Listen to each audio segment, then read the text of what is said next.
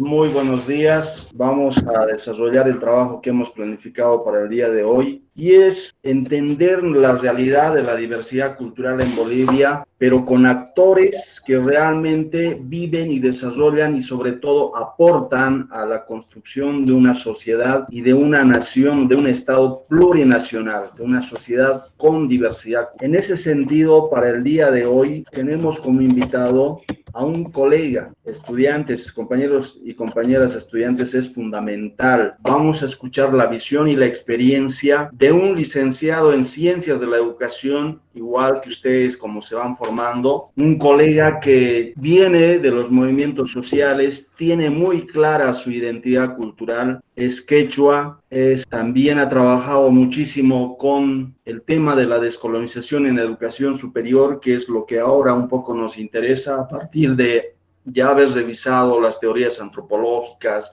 influencia de la teoría evolucionista en nuestra sociedad. Estamos en esta última etapa en entender ahora cómo trabajamos desde la antropología cultural para construir una sociedad íntegra. En ese sentido, el colega licenciado especialista Gerardo Alarcón, especialista en educación superior descolonizadora, pues tiene un recorrido bastante amplio, a pesar de la juventud, tiene un recorrido bastante amplio en relación a el trabajo con autonomías indígenas originarias. Él, al ser de Zacaypampa, es protagonista, al mismo tiempo es investigador, al mismo tiempo es asesor técnico de la autonomía indígena originaria de Zacaypampa, que es un ícono, es un referente a nivel latinoamericano en relación a la posibilidad real de construir la autonomía indígena originaria, la libre determinación de una identidad, de un grupo cultural, de una nación cultural. En ese sentido, Gerardo nos va a compartir su experiencia, también además de haber desarrollado docencia en la Universidad Indígena Quechua, que se encuentra acá en Cochabamba, la Unibol Casimiro Huanca. Antes de pasar a presentar a nuestro facilitador, a nuestro expositor, pues recordarles que las consignas para el resumen crítico de esta conferencia las hemos socializado por WhatsApp, son 10 párrafos exactos.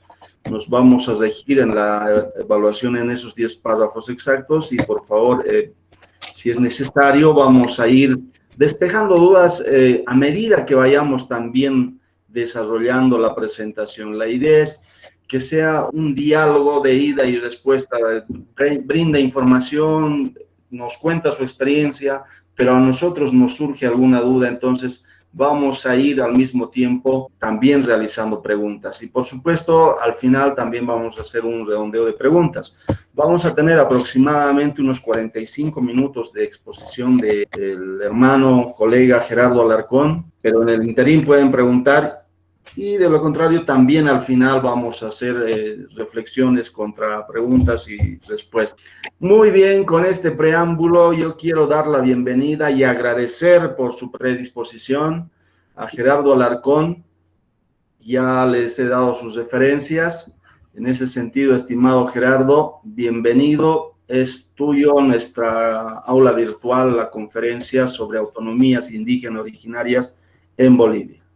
Bueno, muchas gracias, Franz. Ñaupasta, Jesho, Kai, Runasimi, Jesho, Runasimi, Ahuayní, Palanimpi, Napaycuspa, Casa, Tucuy, estudiantista y especialmente Ganta, hermano Franz, por la invitación, ¿no? Allí en Punchay, allí en Pagari, en Cachun, Tucuy, hermanos estudiantes y hermano Franz. Agradecerme a Igari, le agradezco por esta oportunidad y también por esta invitación, hermano Franz, para quizás un poco compartir, digamos, las pequeñas y cortas experiencias vividas y trabajadas, digamos, en el campo de la reivindicación de los pueblos indígenas. Dicho eso, Franz, reitero los agradecimientos, también la oportunidad de compartir con los jóvenes, ¿no? Una experiencia más, ¿no? En este marco. Si bien me decías tú que tengo 45 minutos para explayar, explicar un poco la experiencia de Raipampa en el campo de la conquista social, del nivel de Estado, digamos, de pueblos indígenas, agradezco, o sea que los tiempos siempre van a faltar, porque el indígena que sea de la ciudad anda en función al reloj que está en su mano, a la pulsera, ¿no? Pero nunca tiene casi tiempo. En cambio, los indígenas que no usamos reloj, siempre tenemos tiempo, no hay margen. Dicho eso, hermano Frank, usted me había invitado para contar la experiencia de Ragaypampa, como decías, hermano, durante, a ver, ¿qué es lo que ha pasado? ¿Cómo es que ha transitado, digamos, durante todo ese tiempo, desde hace unos 50 años ya hablando, digamos, Ragaypampa en la búsqueda, digamos, de respeto y reconocimiento de los derechos colectivos de sus comunidades y de su población, ¿no?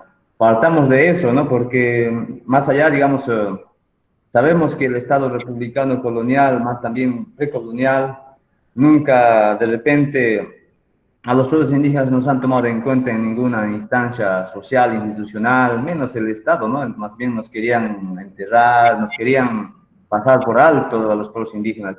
Por eso Ragaypampa también ha sido uno de esos pueblos más, digamos, que predestinados, digamos, de repente a desaparecer como una nación, como un pueblo indígena, ¿no? Entonces, en ese marco, los ragaypampeños sí, decían en un tiempo, más allá de los años 80, hablando ya concretamente del punto de antecedentes históricos de Ragaypampa, se dice que los ragaypampeños habíamos vivido dos tipos de colonización y dos tipos de hacienda en diferentes épocas, hermanos estudiantes. Ragaypampa es un territorio indígena que está ubicado en el departamento de Cochabamba, en la provincia de Misque, al sur. Está en el límite con los departamentos Chuquisaca y Potosí. Tiene una extensión territorial de 156 kilómetros cuadrados y tiene una población de aproximadamente, estos días tiene unos 8.000 tantos de población, hermanos. Y ahorita Ragaypampa, su fuente de vida ha sido siempre la agricultura de los ragaypampeños, ¿no? Y dice que ancestralmente las ragaypampeños vienen ahí ubicándose, digamos, de los años pasados, del imperio incaico republicano, después el colonial republicano, ahí en ese lugar habían radicado. Por Ya, favor, la me vas primera... a ir indicando, Gerardo, por favor, y también que, bueno, los 45 minutos no es cerrado la clase en realidad y la conferencia está prevista para hora y media, así que tienes todo el espacio posible para socializar lo mejor posible tu experiencia. Bueno, voy a ir compartiendo la presentación. Decía, hermanos, la primera, a ver, basándose en la diapositiva, por ejemplo, hermanos, había colocado yo como una guía también, ¿no? Porque no somos, digamos, máquinas de repente los estudiantes también van a leer, repasar después de esta exposición también, digamos, la diapositiva, ¿no? Las presentaciones. Decía, hermanos, Ragaypampa es un territorio indígena, digamos, ahora autónomo hoy día, ¿no? Y siempre es autónomo. Muchos de nuestros compañeros ahuichos, liachas de Ragaypampa dicen, los ragaypampeños siempre nos hemos caracterizado de gobernarnos a nosotros mismos y de buscar una educación propia con identidad, decían. En ese marco, antes, en la época de los incas, se dice, según investigaciones, que había en los valles, digamos, diferentes grupos étnicos.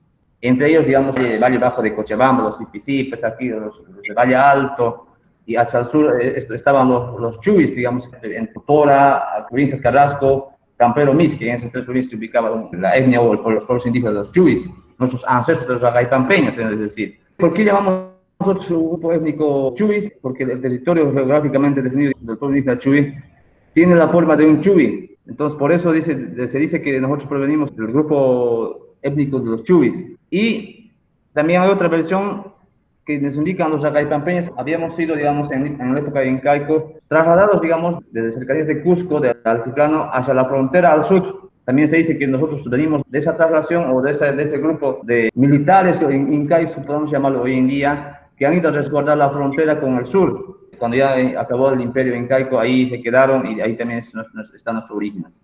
Entonces, en conclusión, hermanos, Ragaypampa es un pueblo étnico caracterizado, digamos, ya desde época incaica, que se ha ubicado en esas áreas del sur, digamos, del imperio incaico. Pero lo interesante es que, hermanos, Ragaypampa ha pasado dos tipos de colonizaciones. Uno, evidentemente, por parte del imperio incaico, que había colonizado, que había instruido, que tenía, ¿no?, los ha dado una forma de vida, y también después de la llegada de españoles se instalaron, digamos, haciendas españolas. Nuestros abuelos ragaypampeños también servían, en primer lugar, a las haciendas de españoles, servían a los españoles. Por eso los ragaypampeños, evidentemente, tenemos apellidos, digamos, al 90% de los apellidos españoles. Muchos nos preguntan, ¿por qué si somos pueblo indígena llevamos apellidos españoles? La consecuencia de eso, hermanos, de que en la primera colonización y en la primera instancia de hacienda habían servido a los españoles, y los españoles ahí nos mezclamos como mestizos, nacieron, de ahí viene, digamos, nuestra generación, digamos, de apellidos españoles. Y otro, en la época republicana también se instauraron las colonias de la República, las haciendas de la República. También sirvieron a las haciendas de la República, digamos que a los terratenientes, a los que eran dueños del territorio de los pueblos indígenas. Sirvieron dos veces a la hacienda, digamos, una hacienda colonial y otra hacienda republicana. Entonces, interactuaron, permanecieron, mantenieron su identidad porque pensaron siempre, como ellos dijeron, digamos, como son herederos de soldados, no, dijeron, es un poco radicales, dijeron, entonces nosotros nos autogobernamos y nosotros buscamos una identidad propia. Y siempre ha sido su lema, porque al ser diferente se han sentido un poco discriminados en tiempos actuales, desde los años 80. No éramos considerados como personas en otro sentido. Ragaypampa al inicio había pertenecido al municipio de Misque como parte del territorio geográfico, ¿no? Éramos parte de la misión del municipio de Misque. Y ningún proyecto en la parte de área educativa, social, no llegaba a Ragaypampa. A nosotros solo nos utilizaban para sacarnos unas fotos y con esas fotos formular buenos proyectos teóricos o anteproyectos, mandar y con eso se adjudicaban varias obras. Por ejemplo, llegaban a Ragaypampa, a nombre de Ragaypampa, tractores, no sé, varios tipos de ayudas con programas nacionales, pero todas esas ayudas, como todos los proyectos, nunca llegaron a Ragaypampa, sino se quedaban en Misque y a los ragaypampeños nos daban migajas y poco o nada nos atendían. Y por eso los ragaypampeños, desde época de los 80, 90, se levantaron por esa discriminación, ¿no? Porque ellos no han sido concebidos, no eran reconocidos como pueblo indígena con propios derechos, con derechos colectivos, no tenían territorio, eran casi despojados, familias sin dueño, familias, digamos, sin tierra, familias sin nada por parte de los vecinos. Entonces, una gran energía e impulso que nos ha dado los ragaypampeños para buscar la autonomía indígena, este hito, digamos, de la discriminación y desconocimiento y lo que nos quitaron los terrenos, los territorios para aprovecharse de ello. Entonces, hermanos estudiantes, es claro entender, digamos, como en todos los pueblos indígenas, a los pueblos indígenas no nos consideraban, digamos, que teníamos las mismas capacidades que la gente de la ciudad, siempre nos menospreciaban, siempre, digamos, nosotros éramos un grado menos que la gente de la ciudad, un grado menos que la gente formada de repente. Ese motivo nos ha impulsado hasta ahora a hacer grandes transformaciones desde Ragaypampa también, a hacer grandes transformaciones a nivel nacional. Por eso, hermano Franz, es importante esta parte en el hito histórico, en el centro histórico que Ragaypampa surge de esa discriminación, surge de ese desconocimiento como pueblo indígena. Evidentemente, en los años 90, decía, hubo grandes movilizaciones, digamos, por la búsqueda de una educación propia. Propiamente, la autonomía indígena no ha sido, digamos, uno de sus objetivos importantes de Ragaypampa al principio. Ragaypampa surge, digamos, con un problema educativo. Hubo que es, en los años 90, los profesores, digamos, rurales que venían a enseñar Ragaypampa no querían parar allá. En Ragaypampa no querían enseñar a nuestros hijos. Otro fue que no quisieron enseñar nuestro idioma originario, que es el quechua. Nos querían castellanizar. Nos decían, los ragaypampeños hijos, ustedes ya no tienen que ser como sus padres, así, sucios, cochinos, agricultores, no tienen que ser ya ustedes así. Ustedes tienen que formarse para trabajar en la oficina, para ir a las ciudades, para tener autos, casas, pero no, ya no para ser agricultor. Entonces, en otras palabras, en Ragaypampa, los profesores nos quisieron inculcar, descontextualizar de nuestro propio contexto. Y es lo que pasa actualmente en la universidad también, porque yo también he pasado esta experiencia en la Universidad de San Simón. En algún momento me desconocían, digamos, cuando yo decía que era Ragaypampeño, nadie quería hacer un grupo de trabajo conmigo, no, me miraban raro. Era diferente el círculo social que yo tenía cuando yo me identificaba, digamos, como Ragaypampeño. Igualito, en Ragaypampa, las escuelitas, pasaba eso. Los profesores venían de otra cultura y querían imponer cultura, no querían enseñar, digamos, nuestras costumbres, nuestros principios. No valoraban los profesores. Entonces, los profesores dijeron, ¿de qué nos sirve la educación? Ahí dijeron nuestros grandes líderes, digamos, de ese entonces, los años 90. Ellos decían claramente un concepto. Nosotros queremos que nuestros hijos se formen, entren a las escuelas, entren a las universidades, institutos, pero entren como indígenas, pero también salgan como indígenas. No queremos que se hagan transformados, dijeron en ese momento. No queremos que nuestros hijos, ahora, una vez yendo a la escuela o yendo a la universidad, no queremos que se vuelquen en contra nuestra. No queremos que salgan aras, sino que queremos que salgan también, como entraron indígenas, también queremos que salgan indígenas.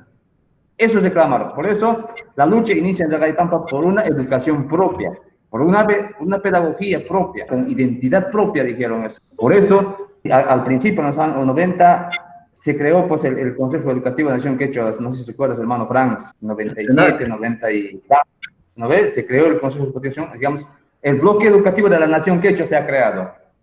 Era una instancia, digamos, que planteaba una educación propia para toda la nación quechua, digamos, que corresponde a los departamentos Potosí, Cochabamba y Chuquisaca, ¿no? Conformaron el Consejo Educativo de la Nación Quechua, donde se transformó y donde se inculcó estos principios de educación propia, hermanos. No solo a nivel de colegios, no solo a nivel de escuelas, también a nivel universitario. Por eso viene, digamos, el programa de EIB en nuestra carrera, en nuestra facultad, ¿no? De ese esfuerzo, digamos, de los bloques educativos, digamos, Aymara, Quechua, Guaraní, de ese bloque viene el programa de EIB, por ejemplo, para fortalecer las lenguas indígenas. Entonces, eso es claro. ¿Qué quiere decir con eso? La Gaipampa entonces surgió en primera instancia en la lucha y la búsqueda de una educación propia. Estimado Gerardo, entonces el tema de haber empezado la educación intercultural bilingüe después de la 1565, y es más, haber conseguido que se incluya la educación intercultural bilingüe, en realidad es un movimiento de las naciones, pueblos indígenas originarios de las diferentes culturas que hay en Bolivia, pero desde mucho antes de la ley 1565, es una reivindicación permanente, como vamos entendiendo desde tu testimonio, desde inclusive la colonización, desde el inicio de la colonización se demanda el tema de la identidad cultural. Y ahora hay la oportunidad y ya el contexto y las luchas y sobre todo jóvenes profesionales que reivindican su identidad cultural y reconocen su identidad cultural. Reconocemos nuestra identidad cultural, pues tenemos la obligación y la oportunidad, sobre todo, de aportar en esta construcción de una educación propia con identidad cultural propia. Bueno, entonces eso tiene que quedar muy claro para nuestros participantes y sobre todo para los más jóvenes, que estos temas en realidad es un objetivo de lucha, pero de proyecto de vida, de cultura de las naciones pueblos indígenas originarios, que se han organizado, como dice Gerardo, en bloques, ¿no? Bloque educativo, como han sido las naciones o los pueblos más grandes, guaraní, aymara y quechua. Bueno, Gerardo, continuemos. Ya decía, ¿no? Desde la época de colonia, digamos, los pueblos siempre hemos luchado por reivindicar, por hacer respetar nuestros derechos y nuestra identidad. En ese sentido, hermano, voy a pasar a una segunda parte, digamos, de la exposición, digamos, a ver, en dónde se fundamenta, digamos, esta educación propia, cuál es el marco legal, cuál es el marco legal de la autonomía indígena, digamos, de Zacaypampa y de todas las autonomías indígenas a nivel nacional. En ese sentido, compañeros estudiantes, no hay duda, digamos, de que la lucha de los pueblos indígenas ha sido de muchos años, pero recién se llega a consolidar desde los años 90 para adelante, hermanos. En los años 90 se avanzó poquito para ya conquistar, digamos, el Estado. Pero muchos dijeron, ¿saber de dónde viene esta lucha, digamos, de conquistar el Estado, dirán, ¿no? De que el Estado nos tome en cuenta como pueblos indígenas. A ver, hay que preguntarnos eso. Antes, ¿quiénes conformaban el Estado? Conformaban, digamos, solamente la clase alta, evidentemente, que gobernaba, la clase media, que eran los empleados, y el pueblo indígena no éramos ni empleados nada, sino éramos esclavos prácticamente. No teníamos una tierra propia, donde sembrar, donde producir, que comer, no teníamos una educación propia. No tenemos educación los pueblos indígenas, ¿no? Si ustedes recordarán, no. Mi papá, por ejemplo, no tiene formación, solo ha entrado hasta quinto básico. Mi mamá ni siquiera ha ido un día a la escuela de mi mamá, por ejemplo. Entonces, ha sido entonces reducido, digamos, la cuestión indígena, digamos, al despojo de todo derecho humano fundamental de este país. Entonces, ahí hay que entender, digamos, hermanos, para ser reconocidos los pueblos indígenas como lucharon, pero también lucharon, digamos, legalmente. Las grandes movilizaciones en el país por la búsqueda de hacer respetar y reconocer los derechos colectivos no ha sido por solamente luchas, sino tenía que haberse escrito, tenía que haberse transformado en leyes. Por eso hay un marco legal hoy por hoy. Siempre los africanos decimos una cosa: cuando haya oportunidad de abrir las puertas, consolidar, digamos, nuestros derechos en una ley, es importante. Las puertas hay que abrir, pero también hay que saber abrir en su momento, porque las oportunidades, digamos, de hacer reconocer los derechos legalmente no son todos los días, porque sabemos que hoy día hay una lucha de clases tremendo, una lucha de clases abismal o mortal, digamos, con los pueblos indígenas. Nosotros no cabemos fácilmente en el Estado, porque la gente que gobierna este país, el Estado, son otra gente que no valora, no entiende, digamos, la cosmovisión, la visión de los pueblos indígenas. Por eso, hermano Franz, yo quiero recordar en esta parte cuáles son los referentes legales, digamos, los respaldos legales que nos facultan a los pueblos indígenas para reivindicar nuestros derechos colectivos. surgió una pregunta. Después de la lucha, como decía, ¿no ve? Entonces había que legalizar nuestra lucha, digamos, en las leyes. Había que plasmar, digamos, en leyes fundamentales del Estado para ser parte de este Estado. Y de eso viene, a ver, ¿dónde vienen estos derechos? ¿Cómo fuimos consolidando, digamos, nuestros derechos en las leyes? Hay que preguntarnos eso. Evidentemente ha sido, hermanos, un hito muy importante, digamos, en los 90, más allá de los 90 ya, digamos, con el convenio de 169 de la OIT, de las Naciones Unidas, donde se reconoce a los pueblos indígenas, digamos, que existimos los pueblos indígenas en el mundo. Vivíamos como nómadas o como etnias, pero no vivíamos como pueblos indígenas. Hay mucha diferencia entre etnia, nómada y un pueblo o nación. Nosotros somos pueblos indígenas, ¿por qué? ¿Por qué somos pueblos? Porque tenemos una identidad propia, un concepto de educación propio, un concepto de vida propia, un concepto de cómo vivir con la madre tierra. Entonces, tenemos toda una forma de vida constituido, consolidado como pueblos indígenas. Pero recién eso nos reconoce, digamos, a nivel internacional con el convenio 169, hermano. Supongo que el hermano Franz han debido profundizar en un momento este convenio, digamos, artículo por artículo, porque es muy importante, es muy fundamental entender esto, porque, como dije, a nivel internacional se reconocen los derechos de los pueblos indígenas, que existimos o que preexistimos desde siempre con este convenio. Y eso se ratifica en los años 90 también en nuestro país, en el Estado republicano para entonces, ¿no? Se reconoce, digamos, los derechos internacionales declarados, se ratifica a nivel nacional. Aquí yo quiero tocar dos puntos muy importantes, la Asamblea Constituyente y la nueva Constitución Política de Estado.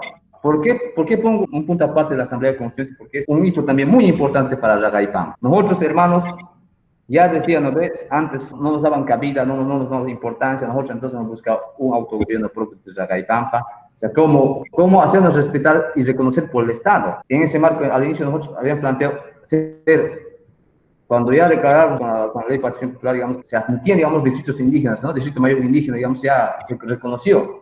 Nosotros para entonces, digamos, en los años 90, 96, 97, hemos tramitado para ser un distrito indígena, distrito mayor indígena, nosotros digamos, en todo caso, ¿no? Para poder, digamos, acceder a algún proyectito, al dinero del Estado, entonces tenías que tener esa categoría de institución o de organización. Entonces, nosotros al inicio fuimos, digamos, un distrito indígena. Y como distrito indígena, dependíamos de la admisión del curso, digamos, del municipio de Misque, de la sección municipal de Misque. Digamos, no dependíamos ahí. Ellos nos daban la platita que nos correspondía por participación, pero nos daban, pues, digamos, de un 10 bolivianos, nos daban un boliviano. De 1 millón nos daba, no sé, 100.000 bolivianos, 10.000 bolivianos. Imagínense, hermanos, y les cuento una experiencia de la Gaipampa. Cuando fuimos del sitio y su alcaldía indígena, nos dieron 10.000 bolivianos para administrar, para atender a 10.000 personas. Es decir, un boliviano por habitante nos dieron para administrar, para que nos sirva, digamos, esa práctica y lo que nos correspondía por ley. Nos dieron un bolivianito por habitante en la Gaipampa en 97. Empezamos administrando ese movimiento por personas, y en concreto era 10.000 bolivianos, y nos dijeron, a ver, hermanos yacaypampeños, vamos a dar los dineritos.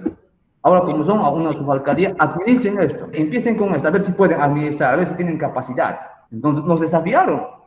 ¿Qué puedes hacer con 10.000 bolivianos para 10.000 personas, hermanos? ¿Qué proyecto puedes hacer con eso? Ninguno, ¿verdad? 10.000 bolivianos para 10.000 personas. ¿Qué? ¿Algún proyecto? ¿Qué va a hacer? Nada. Entonces, mis compañeros no se dieron cuenta todavía en ese entonces. Uno que otro ya, como nos corresponde 10.000 bolivianos, más tanta gente, que dónde está la ley dice esto. Entonces, ahí nos dimos cuenta que nuevamente nos pisoteaban porque nos desconocieron, digamos, nuestras capacidades. No, nosotros no estamos conformes con administrar 10 bolivianos. Mejor, nosotros queremos ser la cuarta sección del municipio indígena. Reclamamos al inicio, en el 97, 98, declararnos en un municipio indígena, pero no había un marco legal. La Constitución nos reconocía como un municipio indígena. No había la ley de marco de autonomías. No había la nueva Constitución Política de Estado. O sea, no había, digamos, un marco legal donde basarnos para convertirnos en un municipio indígena. Entonces, estuvimos en un vacío. Por eso es la Asamblea Constituyente muy importante para la Gaipampa, porque desde la Gaipampa elaboramos un estatuto autonómico ya para antes de la Asamblea Constituyente, para hacer, digamos, un municipio indígena, para hacer una autonomía indígena. Nosotros presentamos a las plenas de la Asamblea Constituyente una propuesta de estatuto de autonomía indígena, de un municipio indígena. Y aquí quiero destacar, hermano Franz, hermanos estudiantes, el Estado boliviano, a partir de la Constitución Política de Estado, reconoce 4 tipos de niveles de gobierno. O sea, reconoce 4 entidades que puedan administrar los recursos del Estado boliviano. ¿Me entienden, verdad, jóvenes? El Estado no te da nomás, digamos, toma vos administrar, no, toma la plata, pues no. Tienes que tener una categoría institucional. Y en este caso, a partir de la Asamblea Constituyente se aprueba, digamos, los 4 tipos de gobiernos. Nivel central, ¿no? Gobiernos departamentales, municipales y autonomías indígenas. Pero como decía, retomando un poquito más allá, la Asamblea Constituyente estaba en pleno, se estaba analizando la nueva Constitución del Estado, ahí surgió, ustedes no se recordarán, la autonomía cruceña, ¿verdad? Surgió ahí la autonomía cruceña. Es importante esto entender. Pero ¿qué pedían la autonomía cruceña? Pedían, digamos, ¿no? Ellos pedían independencia, federalismo pedían, pero nunca pidieron, digamos, autonomía indígena. Entonces, la Asamblea Constituyente, viendo esa lucha, esa pelea, tomó pues en cuenta la propuesta de autonomía indígena de Racaypampa. Analizaron en su momento, gracias a Adolfo Mendoza, el Chuyarete, nosotros decimos que no es su gran amigo, él nos había elaborado ese estatuto, y creo que estaba como asesor allá también en la Asamblea Constituyente, nos ayudaron a tomar como referente del tipo de autonomía indígena que digamos que debe tomar en cuenta la nueva Constitución del Estado. Entonces, ahí nos dimos cuenta, si los aras piden una autonomía e independencia o federalismo, los pueblos indígenas, nosotros siempre fuimos autónomos, pero solo que nunca estuvo reconocido. Entonces, ahora es la oportunidad, han dicho los compañeros y los pueblos indígenas, los han dicho. Ahora es la oportunidad también de hacer reconocer la autonomía de los pueblos indígenas, lo cual consiste, hermanos, como decía, en el autogobierno, la autodeterminación. Es decir, digamos, a mí no me pueden obligar a ser ara. Como yo pertenezco a un pueblo, yo tengo propiamente los mismos derechos que cualquier ciudadano para fortalecer y para apoyar o para vivir mi forma de vida con mi propio concepto de vida, con mi propia decisión, digamos, de ser como soy yo, como he nacido. Yo no necesito cambiar, digamos, no necesito cambiar ara para ser yo mismo, sino tengo que ser lo que soy. Tengo que fortalecer mis ideas, mis valores.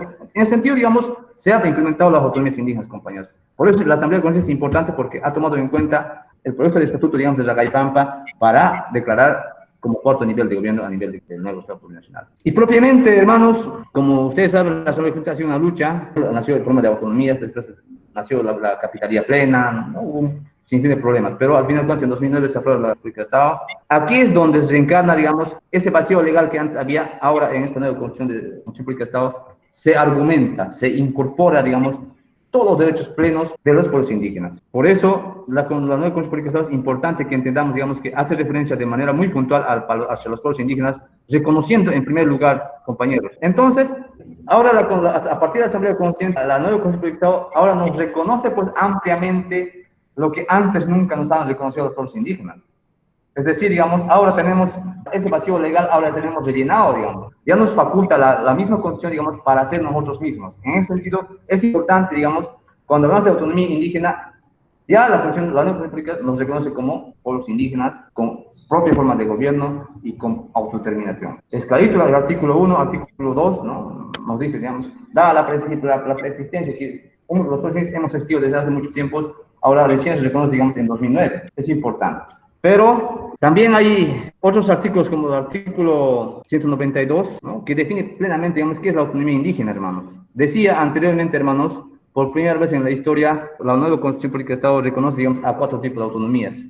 Nivel central, ¿no? Que es el Estado, los gobiernos departamentales, los gobiernos municipales, los gobiernos autónomos indígenas y campesinos. Pero aquí cabe destacar, hermanos, las gobernaciones tienen cartas orgánicas. Es decir, a ver, ¿cuál es la diferencia entre estos 3 niveles de gobierno, compañeros? Conocer, generalmente, digamos, todas las leyes, como la ley SAP, solo define, digamos, dan importancia en todo sentido a los 3 niveles de gobierno, nacional, departamental y municipal, lo más amplio. Hasta ahora, todavía no nos toman en cuenta en muchos casos como autonomías indígenas, como entidades a las autonomías indígenas. Es decir, todavía estamos ahí, por los suelos todavía no nos reconocen, todavía, digamos, a pesar que ya están las leyes, pero no vas a escuchar mucho, digamos, hablar, digamos, de autonomías indígenas, solo hablan de gobiernos autónomos municipales, gobiernos autónomos departamentales, solo hablan de esas instancias jamás. Pero no hablan de gobiernos indígenas, gobiernos indígenas todavía no hablan de eso, hermanos. Pero ya está reconocido, ya gobiernos autónomos indígenas, ya en pleno, digamos, funcionando, hermanos. Y Racaypampa es uno de esos. Ya con la misma Constitución Política del Estado, la ley Marco, después la ley SPI, digamos, ya nos faculta, ya nos abre las puertas, entonces nosotros hemos tenido que formalizar la autonomía. Como dijo, es importante, hermano Franz, hermanos estudiantes, los pueblos indígenas siempre fuimos autónomos, siempre tuvimos una propia identidad, una cultura, una educación propia, siempre tuvimos, solo que el Estado nunca nos reconocía, y con la Asamblea Constituyente o con la nueva Constitución Política del Estado, fuimos y somos reconocidos como tal. Solo es eso. El trámite de autonomía indígena con el Estado solo es un procedimiento de forma, compañeros. Yo quiero decir claro con esto. La Caipampa no tramitó ante el Estado, digamos, para hacer autonomía, digamos, para hacer una instancia, una entidad más, sino solo cumplimos la ley para lo que siempre vimos. Decían, a ver, si no te faculta, si no te vas en la ley, tampoco eres legal. Es decir, nosotros nos hemos legalizado, digamos, para hacer autonomías haciendo el trámite. Entonces, en ese sentido, hermanos estudiantes, las autonomías indígenas, a ver, ¿qué somos? ¿Cómo funcionamos? ¿Quién administra el dinero? ¿Qué régimen, digamos, nos controla, digamos, en la gestión pública? Vamos, quiero hacerse entender. Como la Constitución Política del Estado nos reconoce como autogobierno, como pueblos indígenas, hermanos, nosotros hemos hecho un trámite ante el Estado para hacer autonomía indígena. Y ese trámite es súper burocrático, compañeros. Es súper burocrático porque tienes que cumplir ciertos requisitos muy importantes según la ley marco de autonomía. Primero, en el marco legal está, digamos, el convenio 169, digamos, como derechos internacionales. Como segundo está, digamos, la Constitución Política del Estado, digamos, que te faculta, que te reconoce como pueblo indígena, como que te puedes, que te puedes convertir en autonomía indígena. Después está la ley marco de autonomía. ¿Qué es la ley marco de autonomías? Es un mecanismo, es una ley marco, como dicen, ¿no ve? Que orienta, digamos, qué pasos tienes que cumplir vos para hacer autonomía indígena. Uno por uno te explica. En ese sentido, hermanos, la autonomía, según esta ley marco, ellos dicen, ¿no ve? Si ustedes son un pueblo indígena, digamos, preexistente desde hace mucho tiempo, si tu población decide hacer autonomía indígena, tienen que hacer estos pasos, te indican. Eso es la ley marco. La Constitución te faculta que eres un pueblo indígena que puedes hacer autonomía indígena. Pero también es importante, creo, hacer notar esto de la libre determinación, ¿no? Es decir, la lucha de las autonomías indígenas originarias campesinas busca el autogobierno, pero no la independencia y el separatismo. Hace rato tú mencionabas el conflicto grande que hubo a la hora de aprobar las autonomías en la nueva constitución política del Estado plurinacional, ¿no? Y en ese sentido, cuando se trabajó la constitución del Estado plurinacional, había el conflicto de independencia, la media luna que se quería separar y Occidente, que supuestamente el Oriente acusaba a Occidente de aprovecharse de los recursos del petróleo, etcétera, etcétera. Hubo todo un conflicto, casi se divide Bolivia en el proceso de la Asamblea Constituyente, y aquí hay un concepto, un término, una categoría que es importante, que está en la Ley Marco de Autonomías, que está en la Constitución Política del Estado Plurinacional, que dice: los pueblos, las naciones, pueblos indígenas originarios tienen derecho a la libre determinación, no a la autodeterminación. Una cosa es autonomía indígena originaria, pero otra cosa es autodeterminación. De pronto el sueño principal fue desde el inicio la autodeterminación, pero eso tiene sus implicancias en la organización del Estado plurinacional.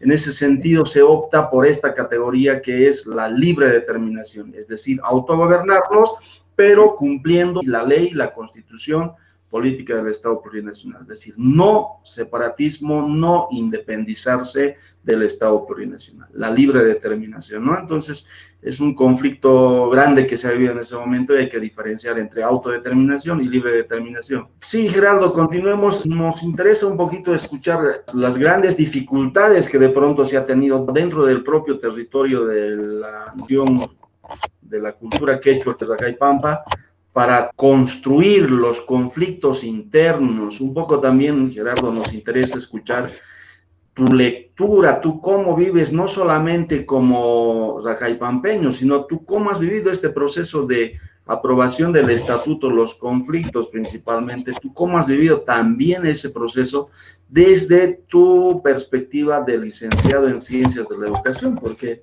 un poco la idea es que todos nuestros compañeros que se están formando para licenciados vayan también visualizando esta problemática, ¿no? A partir de tu vivencia, de tu experiencia, Gerardo. Así es, Franz. Muy buenas las aclaraciones, evidentemente, Franz. Esto es un conversatorio, no es una clase magistral, menos una exposición magistral, no, eso lo compartimos nosotros. Yo aprecio mucho, Franz, que tu aporte, que estés, me parece esto tienes un diálogo, un encuentro, diálogo, ¿no?, de compañeros. En ese sentido, tienes mucha razón al decir, hermano, no es lo mismo la autodeterminación que, ¿no?, la libre determinación.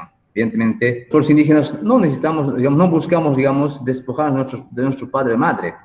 Eso es un claro ejemplo. No necesitamos, digamos, no necesitamos desconocer a nuestro papá ni a nuestra mamá. El Estado es el papá y la madre de todos los bolivianos, ya, ¿no?, en cierto momento. Pero el hijo también, legalmente tiene que ser independiente, ¿no? Tiene que tener su propia vida de repente, ¿no? Lo que tuvo siempre. Pero no se trata de desconocer, no se trata, digamos, de ir con paralelismo o separatismo. Se trata, digamos, de cómo hacer esa familia grande a nivel nacional. Entonces somos parte de la autonomía indígena. Y como decías, hermano, tú me preguntabas, a ver, ¿qué dificultades, cómo ha sido el proceso de transición de autonomía indígena, digamos, de instancia local, ¿no? A partir de conflictos internos? Evidentemente, estaba acostumbrado, digamos, a vivir como con su propia forma de vida y siempre fuimos autónomos. Pero para legalizar nuestra autonomía indígena hemos tenido que cumplir explícitamente los pasos ahí los 7.000 tantos se reunieron y nosotros queremos autonomía indígena. Y eso ha sido una instancia inicial, una primera instancia para buscar y construir la autonomía. Ellos primero decidieron en su propio ampliado, ¿no? Decidieron ser autónomos, buscar la autonomía indígena. Y a partir de eso se ha encaminado esa transición de trámite o de búsqueda de formalización, digamos, de la autonomía indígena. Pero ahí es donde yo en 2016 he llegado, ya me he graduado de la universidad. En 2015 había terminado las materias, pero no tenían, todavía no hice mi tesis de repente, pero ya me llamaron allá. ¿Pero por qué me llamaron? Más que me llamaron, me obligaron a mí, porque yo había sido delegado orgánicamente para venir a la universidad y estudiar en la universidad, porque yo era un PAE, ¿no? Programa de admisión especial, había antes, ¿no? Las becas. Yo entré, digamos, facultado por mi organización de Ragaipampa a la universidad con beca PAE. Entonces, yo había firmado un compromiso de ir a formarme a la universidad, pero una vez terminando la universidad, obligatoriamente tenía que ir a servir por lo menos 2-3 años a Ragaipampa antes de trabajar en cualquier otro lugar. Ha sido mi compromiso en esa circunstancia. Yo he vuelto después de la universidad directamente a Ragaipampa cuando me hicieron llamar a un congreso. Me dijeron, a ver, hermano Gerardo, ya que has salido de la universidad, necesitamos tu apoyo, necesitamos saber qué nos puedes ayudar, a ver cómo te has formado. Queremos que nos devuelvas el favor, porque tú has sido delegado por mí. Entonces, ha sido en esos términos así. ¿Y qué era el Consejo Autonómico? Habían organizado de las 5 subcentrales, ¿no? Las máximas autoridades de las 5 subcentrales conformaban el Consejo Autonómico. Los secretarios generales ahí estaban, ellos eran un equipo, digamos, un comité a doble amaremos, ¿no? Que ha buscado, que ha ayudado, digamos, que estaba delegado a hacer los trámites correspondientes para esa autonomía. Y yo era técnico de ese grupo, máximas autoridades de Ragaipampa. Me han nombrado como técnico de apoyo. Redactaba sus actas, redactaba, ¿no?, sus resoluciones, votos resolutivos, no sé, redactaba solicitudes. Eso era mi trabajo al principio en Ragaipampa. Entonces, de esa forma, como dije, empezamos con esa decisión, digamos, de querer esa autonomía. Mandamos después, ya, como nosotros teníamos un ejemplar nos dijeron la ley autónoma de las comunidades, primero decidan, digamos, que quieran hacer autonomía con según sus propias formas de toma de decisión. Asumimos esa decisión, luego nos dijeron, para hacer autonomía indígena tienen que elaborar un estatuto. Los gobiernos departamentales y municipales elaboraban la carta orgánica, pero los autonomías indígenas elaboramos estatuto autonómico. Ahora aquí, yo quiero preguntar a sus jóvenes estudiantes, hermano Franz, de repente alguien sabe, que me diga, a ver, ¿cuál es la diferencia entre una carta orgánica que elaboran, ¿no?, los gobiernos autónomos departamentales y los gobiernos autónomos municipales, y cuál es la diferencia, digamos, con un estatuto autonómico indígena ordinario? A ver, ¿dónde cabe la diferencia? Se supone que estas son, ¿no?, las máximas leyes, mamá leyes, digamos, a nivel departamental, y otro a nivel municipal, y otro a nivel de autonomía indígena. ¿Cuál es la diferencia entre una carta orgánica y un estatuto autonómico? A ver, decía claro y clave entender esto, hermanos. Los gobiernos autónomos departamentales y gobiernos municipales, para ser autónomos, elaboraron sus cartas orgánicas, que solo tenían las facultades, tres tipos de facultades o funciones fundamentales, que eran legislativas, deliberativas, reglamentarias, ejecutivas, pero menos jurisdiccional o menos de administración de justicia. Es decir, los gobiernos autónomos municipales y gobernación departamental no tienen esa facultad de administrar su propia justicia. En el caso del municipio y gobierno departamental, la justicia administra, digamos, de órgano judicial directamente. Pero en el caso de una autonomía indígena, pues elabora su estatuto justamente porque cumple estos 4 tipos de facultades delegadas del Estado directamente. En el caso de gobiernos municipales solo cumplen las 3 facultades, pero no administran la justicia. Pero en el caso de las autonomías indígenas, elaboran su estatuto. ¿Por qué? Porque también tienen esa facultad de administrar su propia justicia, hermanos. Esa es la gran diferencia. Por eso, unos tienen carta orgánica, otros tienen estatuto autonómico. Eso es una gran diferencia importante que hay que tomar en cuenta, hermanos, porque las autonomías indígenas, a pesar que hoy día no son tan reconstruidas, pero tienen un espacio muy amplio, digamos, para desenvolverse, para consolidarse como un pueblo indígena realmente. Solo que todavía no hay gente todavía que interprete ese nivel, digamos, de este amplio margen, hermanos. Por eso los jóvenes, digamos, de la universidad deben entender, hay que saber interpretar las leyes, hay que saber interpretar, digamos, los conocimientos de los pueblos indígenas, porque eso nomás fortalece una formación, ¿no? Yo, por ejemplo, sigo trabajando en los sociedades, ¿por qué? Porque vengo de ese ámbito, no soy de esos tanto, digamos, que fanáticos de diplomados, de doctorados, no soy tanto, soy más, digamos, de servicio social a las organizaciones sociales. Entonces, hermanos, eso es la gran diferencia, pero, como decía, ahora las autonomías indígenas hemos elaborado el estatuto al Tribunal Constitucional. Como es un trámite estricto, digamos, que hay que seguir, entonces elaboramos el estatuto en 2009, 2011, ¿no? 2011 ya actualizamos, como para Asamblea Constitucional ya tenemos nuestro propio estatuto, nos dieron 3 observaciones de forma, pero no de fondos, ¿no? Así, de redacción, técnicos, nada más. Y volvemos a mandar, aprobaron, 2011, 2012, aprobaron nuestro estatuto. Después, hermanos, otro hito importante para nosotros también era, pues, demostrar, ¿no? A ver, ahora ya que ves autonomía indígena, ¿con qué dinero vas a sustentarte como gobierno indígena? Nos dijeron, evidentemente. Y para entonces, aquí viene la otra parte, digamos, la ley del marco legal, que es la ley SPI, ¿no? El Sistema de Planificación Integral del Estado, ¿no? Lo cual te norma, para que tú accedas al dinero del Estado tienes que tener un plan. En caso de municipios son un PTDI, antes eran PDM, ¿no? Plan de Desarrollo Municipal, antes para agarrar la coparticipación, ¿no? Todo eso tiene que formalizar a través de PDMs. Hoy en día, con el Consejo de Estado, se manda los PTDIs en caso de municipios. Pero en caso de autonomías indígenas se manda un plan de gestión territorial integral, un PGTC. PTDI para municipios y PGTC para las autonomías indígenas. Entonces, nosotros elaboramos el plan de gestión territorial comunitario, el PGTC. Es prácticamente también esa ley nosotros propusimos con este capítulo de autonomías indígenas, hermano Francis y demás estudiantes. Es decir, por eso la Gaipam hemos transformado, no solo en educación, también hemos transformado en esta nueva fase de autonomías indígenas, hemos transformado el Estado, porque esa ley prácticamente es nuestra propuesta, digamos, el capítulo, el título, digamos, que hace referencia a autonomías indígenas al PGTC, es nuestra propuesta de la Gaipam. Entonces, en otras palabras, también hemos aportado, digamos, no solo en la ley, en la Asamblea Constituyente, también hemos aportado en ley marco, de repente hemos aportado, dando referencia, y también hemos aportado en la ley de SPI, ¿no? A ver, ¿qué facilidad tienes que tomar para planificar, decían, para elaborar tu plan? Tienes que elaborar tu plan de gestión territorial y recién vas a poder acceder a los recursos, nos dijeron. Entonces, empezamos con un plan estratégico, hermano Franz. En 2013, 2012, 2015, ya había empezado, en 2012, 2013, yo todavía no estuve, ya había empezado, digamos, con un plan estratégico. O sea, hicieron ese plan estratégico en Ragaipá, porque como son 5 subcentrales y 43 comunidades eran para entonces, hicieron una ronda de talleres de autodiagnóstico. Es decir, comunidad por comunidad fueron a organizar talleres, digamos, para hacer un autodiagnóstico. Fueron a explorar, digamos, esa comunidad, qué problemas tiene, cuáles son sus prioridades, cuáles son sus grandes problemas y qué quieren de repente. A ver, ¿qué quieren en la parte productiva? ¿Qué quieren en la parte cultural? ¿Qué quieren en la parte de educación? ¿Qué quieren en la parte de la salud?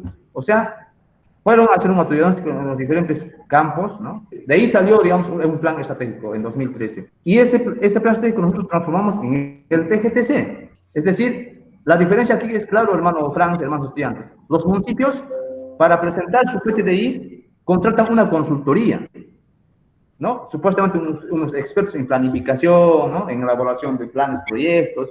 No desconozco, hermanos, pero no se puede legitimar un trabajo de 5 personas para 100 o 50 o 10.000 personas. ¿Cuál es más importante?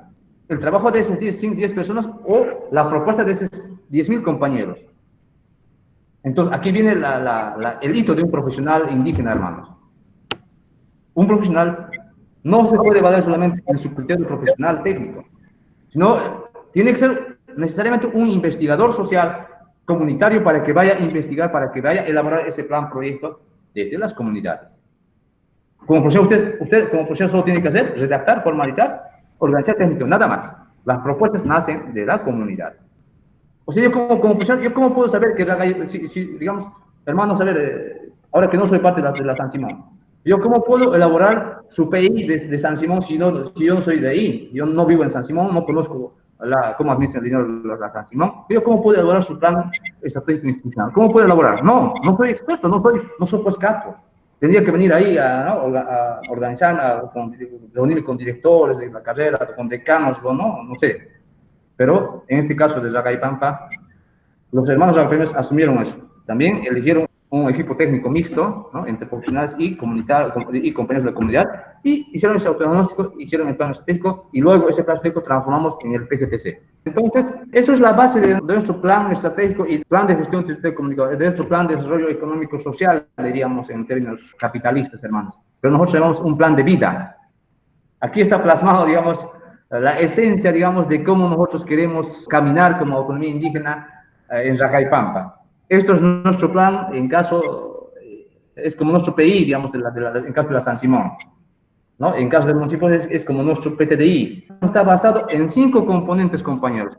Como decía, los municipios planifican sus planes, sus PTDIs, pero nosotros planificamos un PGTC. Desde las organizaciones, los sindicatos de las comunidades, nosotros elaboramos esto. Aquí esto no elaboró un compañero profesional. Mientras otros buscan, ¿no?, solo se basan en la economía, nosotros hay que basarnos como pueblos indígenas en la garantía, en el desarrollo de la vida, hermano. Por eso, nuestro plan estratégico planteado el Ministerio de Planificación que hagamos el PGTC consiste en 5.5 componentes. Como primero, la organización. ¿Por qué es importante la organización de Zacaypampa para hacer autonomía? La organización es como la cabeza, hermanos.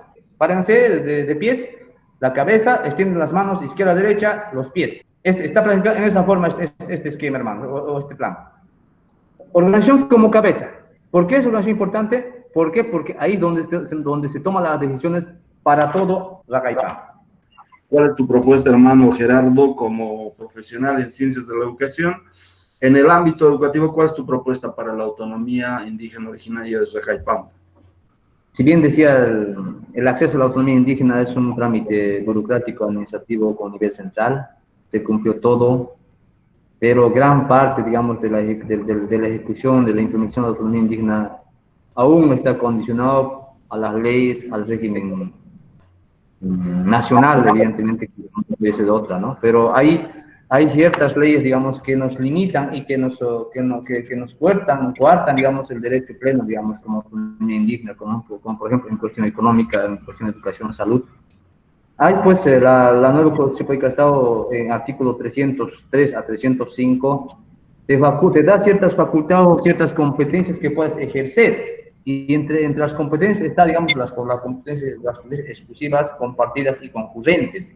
Y entre esas competencias, la educación sigue siendo una competencia concurrente, hermano Franz. A ver, no sé si me pueden entender los estudiantes. Es decir, explicaré de otra forma. El Estado, hermanos estudiantes, cuando eres autonomía, te da ciertas facultades o ciertas tareas que puedes ejercer en relación al Estado. Es decir, el dinero que te da el Estado para administrar, te norma ya desde allá, digamos, en qué puedes utilizar, en qué puedes invertir y qué no puedes invertir. Y parte del dinero, digamos, que te asigna el Estado está destinado a la educación y la salud, hermano. Por eso es una competencia concurrente. Entonces, todavía sigue siendo la parte, digamos, de gestión pública, la parte de la educación, la parte de la salud, hermano Franz, hermanos estudiantes, todavía siguen siendo, digamos, funciones dependientes del Estado. Es decir, la mitad, el Estado de administración sí, la mitad algo puede ser. Casi nada todavía no puede ser como autonomía indígena porque no hay, por ejemplo, un propio sistema de educación indígena universitario, no tenemos otro propio sistema. Entonces, todavía seguimos en el mismo sistema educativo nacional. Cuando nos habla de competencia concurrente, un poco habíamos revisado en la introducción a la asignatura, pero también hemos ido revisando cuando hablamos de currículum regionalizado. Entonces, la educación en el ámbito, podemos visualizar, educación en la autonomía indígena originaria de Zacaypampa, ¿no? Es una educación propia. ¿Qué implica? Que en el currículum regionalizado se va a asumir todos los el sistema de organización económica, el sistema de organización social, política y todo lo simbólico imaginario que es su cosmovisión, su lengua, su vestimenta, toda su identidad cultural, lo que hace a lo simbólico imaginario de su identidad cultural, va a ser incorporada en el currículum regionalizado y en ese sentido va a agarrar un carácter de educación propia, la educación en la autonomía indígena originaria de Zacaipampa. Pero acá la participación social comunitaria ya tiene características específicas porque el Estatuto Autonómico de la Autonomía Indígena Originaria de Zacaipampa pues va a establecer aspectos específicos para la gestión de la educación, para articular la educación a las necesidades del territorio de Zacaipampa, ¿no? Además, la autonomía indígena originaria, fíjense, va a dar la potestad de que el calendario escolar de la autonomía indígena originaria se adecue, es decir, ellos pueden adecuar el periodo de vacaciones invernales, de fin de año, periodos de evaluación, adecuar al calendario productivo regional, al calendario productivo del territorio de Zacaipampa. Nosotros trabajábamos el calendario agrofestivo y en el calendario agrofestivo proponíamos organizar las actividades agrícolas y que los contenidos, el aprendizaje de las unidades de la educación regular, el currículum básico, el currículum regionalizado, se adecue a los procesos productivos de ese territorio, ¿no? Entonces, lo que en teoría estudiamos, pues está aquí la gran oportunidad, o más bien se hace realidad en una autonomía indígena originaria. Lo otro, es decir, la cosmovisión, por ejemplo, señala que la naturaleza, que la madre tierra tiene la misma condición y calidad y valoración que el ser humano en la cosmovisión andina.